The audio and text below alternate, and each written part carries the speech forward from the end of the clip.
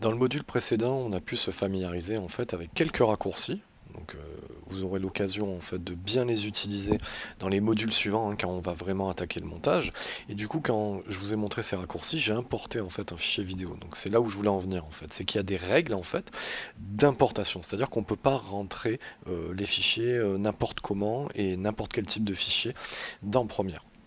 Donc je vous avais dit déjà dans les modules sur notamment les codecs et les fichiers que ce que reconnaissait en fait Premiere, donc c'était essentiellement du point MP4, du point Move et qu'après les autres types de fichiers vidéo n'étaient pas pris en charge, soit parce qu'ils ont des codecs trop destructeurs, soit parce qu'il y a une non-reconnaissance du fichier. Donc généralement, quand il s'agit en fait de fichiers enregistrés sur des cartes, donc tout ce qui va être du type de point Move, issus par exemple des appareils photo hybrides ou des caméras professionnelles en fait Sony ou Panasonic ou JVC.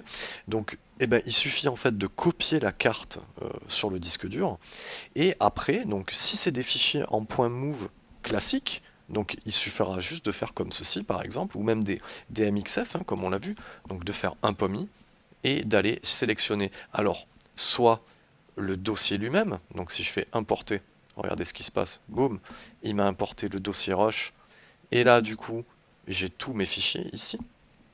Donc ça, pas de souci pour cette importation-là.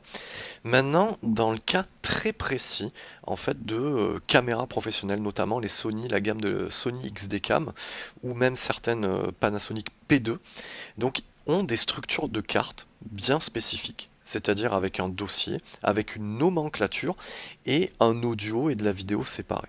Et bah du coup, il va falloir en fait l'importer d'une autre manière. Je vous montre. Donc si on va fouiller un petit peu du coup sur mon disque dur, donc là, on va switcher hop sur le Finder. Regardons. Je vais aller me balader un petit peu dans mes fichiers. Donc regardons ça.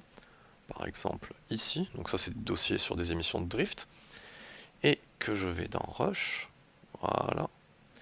Donc, regardez ici par exemple. Donc là, moi j'ai un dossier qui s'appelle Rush. Donc Vincent, c'est le nom du cadreur. Jour 1, c'est ce qu'il a tourné le jour 1. Et avec la Sony XDCAM, en fait, il va avoir un dossier Private qui a la racine de sa carte, Sony, BPAV, et toute une structure en fait avec des données XML. Hop, voilà. Et des fichiers séparés en MPEG-4. Donc ça, techniquement, en fait, si je le glisse, si je prends cette chose-là, ici, et que je la glisse comme ceci, je vais avoir un problème de désynchro et il va pas être bien reconnu. Et en plus, dites-vous bien, alors désynchro, c'est-à-dire qu'il aura peut-être que la vidéo et pas forcément l'audio. Donc dites-vous bien que aller chercher chacun des fichiers, les glisser déposer, ça va pas être la bonne manière.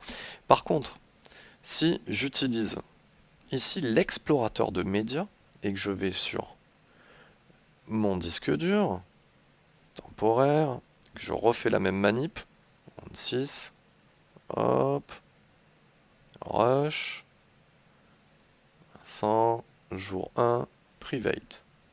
Donc, et que je double-clique, regardez ce qui se passe. Donc là, mon disque dur est en train de travailler et bim, il vient de me reconnaître en fait tous les fichiers. Donc il me suffit en fait, hop, de prendre tout ça. Je prends cette fenêtre, par exemple, je la glisse là. Allez, hop, comme A. Je vais dans mon projet, Rush. Je crée peut-être un nouveau dossier, un nouveau chutier. Voilà. Et je prends ça, que je glisse là-dedans. Voilà. Et hop, là j'ai importé tous mes fichiers.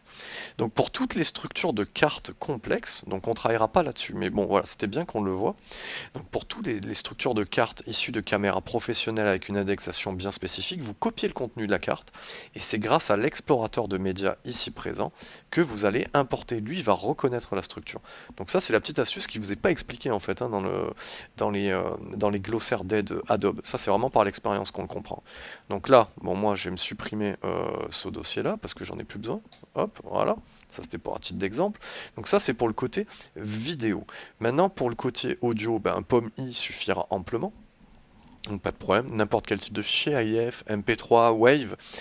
Et par contre, dans le cas du PSD, des fichiers graphiques, donc gardez bien en tête qu'il va reconnaître les grands fichiers, les grandes catégories, comme le PNG qui inclut de la transparence, le JPEG, après les points AI vectoriels, il a du mal à les gérer. Donc voilà, dites-vous bien que ça gère pas le vectoriel en fait, hein, sur Premiere. Et dans le cas du PSD, ce qui est intéressant, c'est qu'il va pouvoir vous importer en fait la structure de votre PSD. Faisons un exemple. Donc je fais un POMI, voilà, et on va aller chercher un PSD, donc dans logo, hop, donc je vais chercher ceci, importer. Et là, en fait, il va me proposer, en fait, soit de fusionner tous les calques, soit de prendre des calques individuels, ou de faire une séquence. Ça, c'est le plus efficace aussi. Donc, vous faites séquence, hop, ok. Et là, quand je double-clique, on a une icône de séquence où il nous a déjà posé, en fait, le logo. Donc ça, c'est quand même assez canon. Donc ensuite, bon, ça, c'est le côté séquence de montage, pour pouvoir animer les choses à part. Alors, si je refais un pommi, hop, importer. Et là, je peux choisir un calque individuel. Donc, je veux que le logo. OK. Voilà. Donc là, il m'affiche que le logo, comme un fichier indépendant.